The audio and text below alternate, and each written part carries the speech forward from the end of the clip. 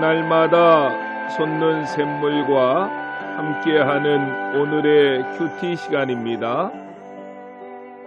3월 12일 목요일, 오늘의 말씀은 요한복음 7장 19절로 24절의 말씀입니다.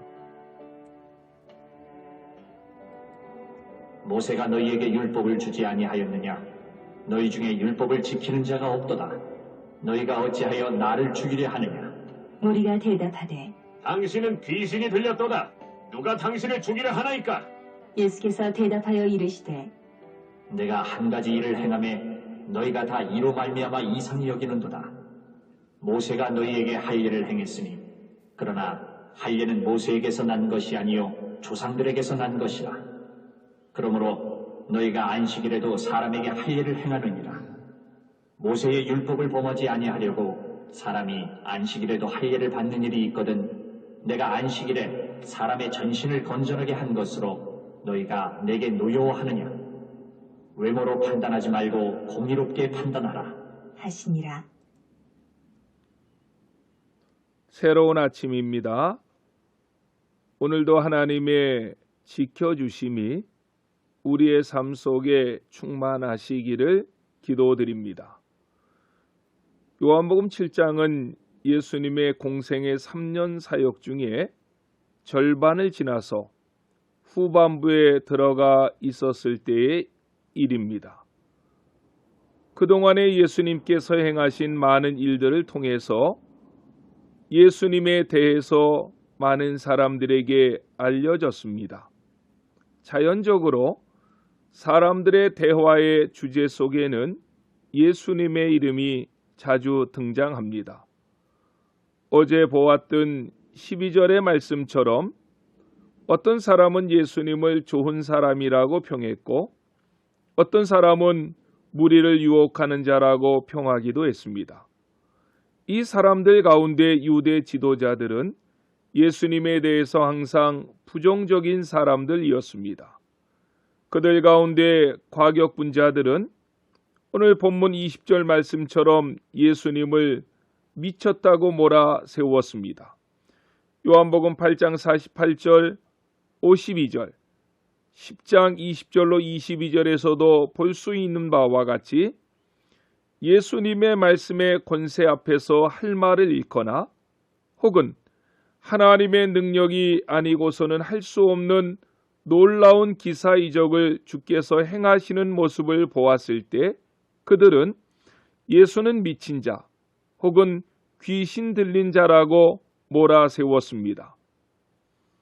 더 과격한 사람들은 본문 19절 20절의 말씀처럼 예수님을 죽이려고까지 했습니다. 이런 유대인들을 향해서 예수님은 먼저 문제 제기를 하십니다. 본문 19절 말씀입니다.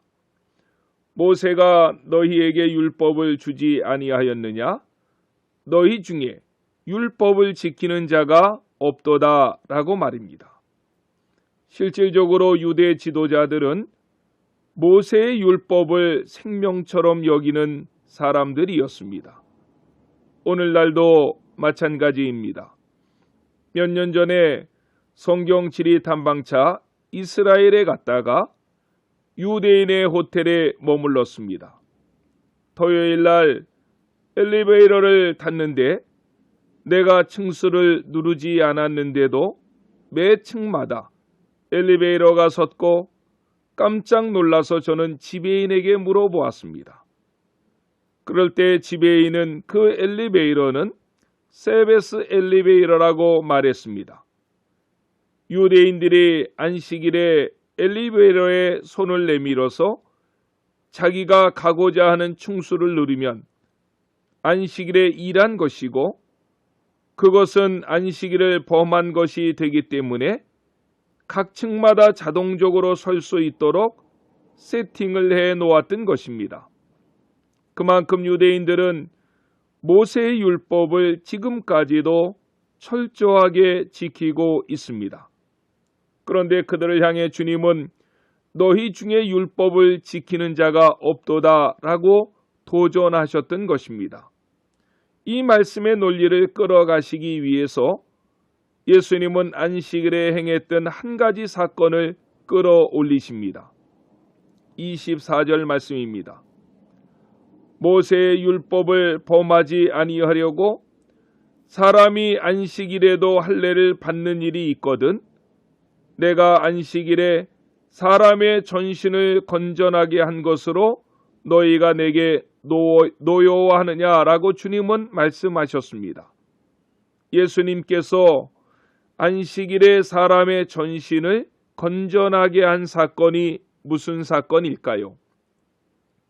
대부분의 학자들은 이 사건은 요한복음 5장 1절로 18절에 나타난 두 번째 유월절에 예수님께서 예루살렘에 올라오셔서 38년 된 병자를 고쳐주신 사건으로 봅니다.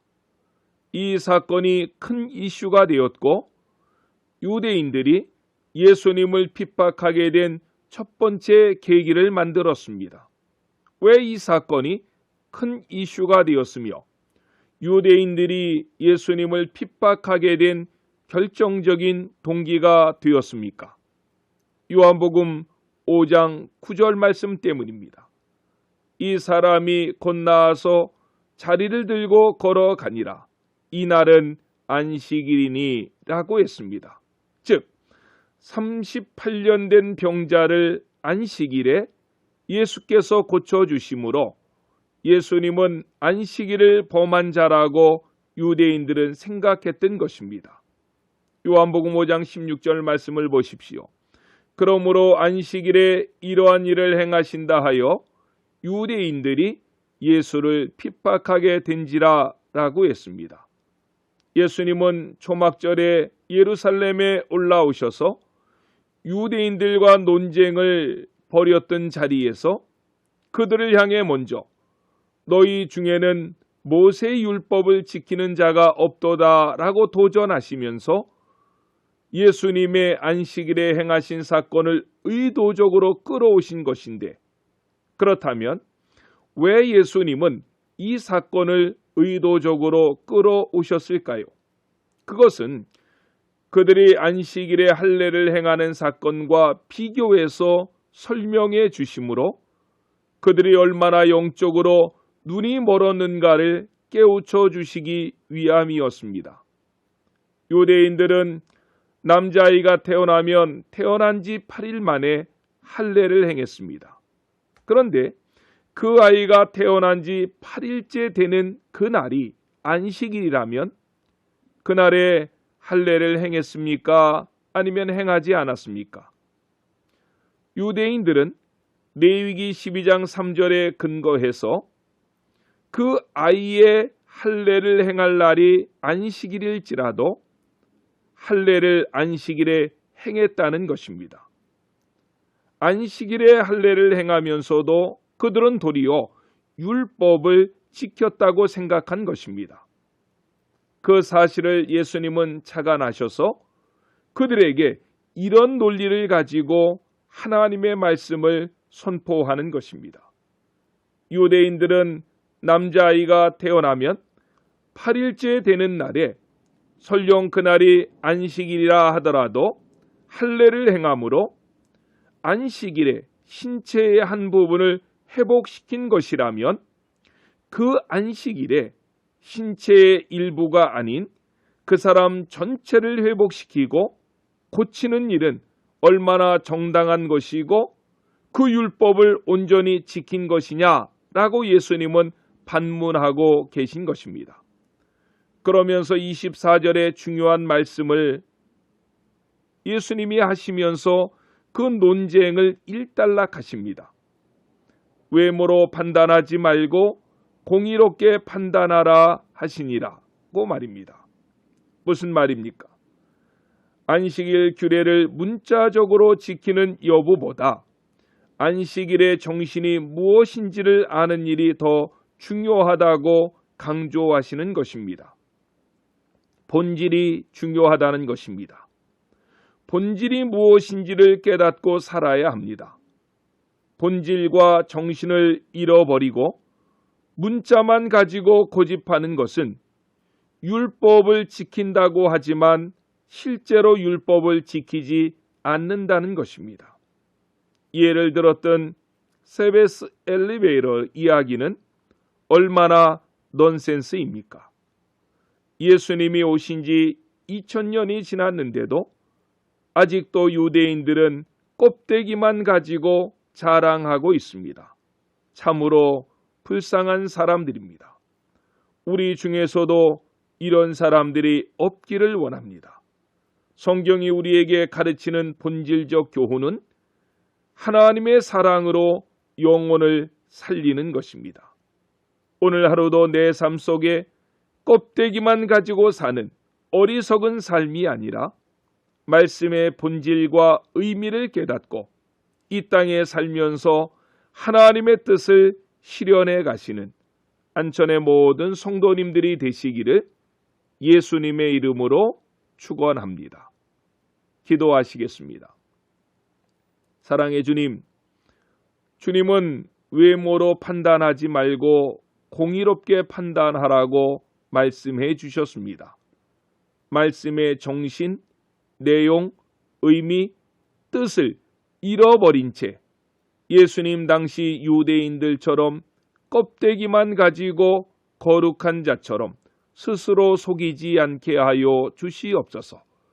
본질을 볼 수 있는 믿음의 눈을 허락하시고 사람을 대할 때에도 외모로 판단하지 않고 그 사람의 내면을 볼 수 있는 영안을 열어 주시옵소서. 코로나19 바이러스가 대구와 경북 지방을 넘어 서울과 부산으로 온 땅으로 퍼져가고 있습니다. 다시 한번 간구합니다. 우리 조국 대한민국을 불쌍히 여기시며 은총을 베풀어 주시옵소서. 치료해 주시옵소서. 모든 사람들이 이러한 일들을 계기로 두 손 들고 하나님 앞으로 나올 수 있도록 도와 주시옵소서. 예수님의 이름으로 간절히 기도드렸습니다. 아멘.